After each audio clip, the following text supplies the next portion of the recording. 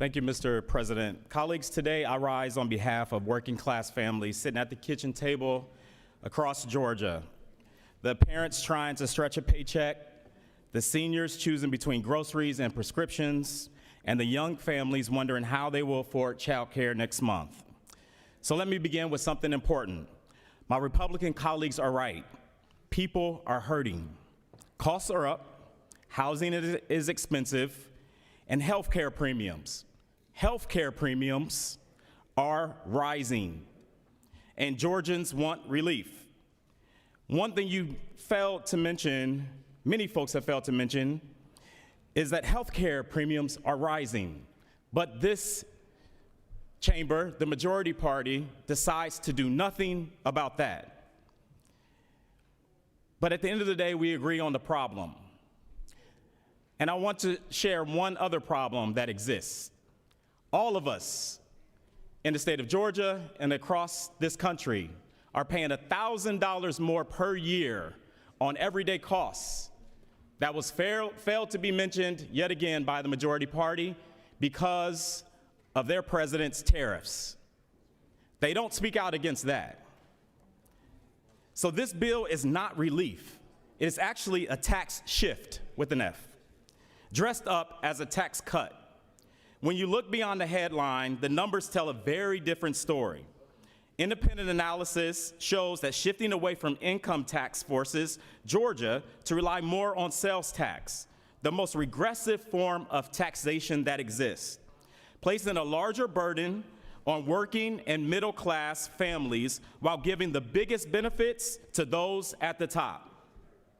You cannot remove billions from our revenue without serious consequences. The senator for the 19th had a beautiful presentation. Also had drama in it, ripped some paper apart. So it sounded great today, but this is the thing. It's going to cost you, the fireman, the store clerk that he referenced. You're going to have to pay for it tomorrow. And here is what those consequences will look like for everyday Georgians. Experts estimate that replacing income tax revenue will require dramatically raising our sales taxes, potentially pushing combined state and local rates to around 15% or more. That means higher costs every time a family checks out at the register. Right now, if a parent spends $100 on back-to-school clothes, they pay about $107 with today's tax rates. But under this kind of plan, at some point, those purchases are going to cost $115 or more. That's not a tax cut. That's another burden that families are going to have to pay. Let's think about a working family that is going to fill up twice a week. Every time they stop at the gas station for snacks for the kids to, sometimes buy basic necessities. All those things are going to cost more. Over a year, families could pay hundreds more just running everyday errands, eating up whatever small income tax savings they were promised. A $200 school supply run today will cost about $214. Under a much higher tax rate, that total jumps to about $230. For households with multiple children, that difference adds up, especially when families are already stretched thin. Imagine your refrigerator goes out, $1,200 today.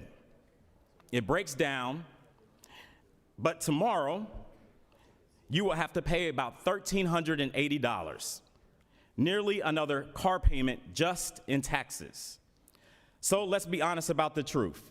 You might save a few $100s once a year on paper from an income tax reduction, but you'll pay $8, $10, or $12 more every single time you swipe your card.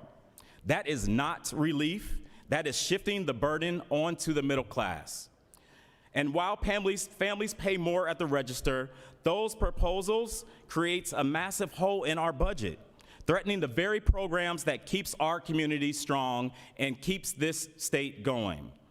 The child tax credit that helps parents make ends meet, affordable housing initiatives, child care assistance that keeps parents in the workforce, workforce development programs that helped make Georgia the Hollywood of the South. While the argument may be, hey, it's not in this bill, We're good today. I assure you these cuts will be coming. We will have to answer for this tomorrow.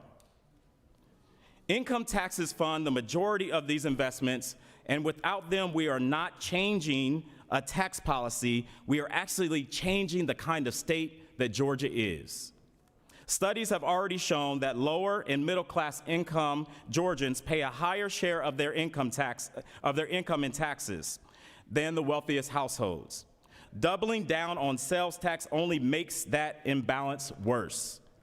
So I ask this chamber, how does raising taxes at the checkout line actually help working families? How does cutting revenue for schools and healthcare lower the cost of living? How does shifting billions in responsibility from the wealthiest Georgians to folks struggling day to day make our economy stronger?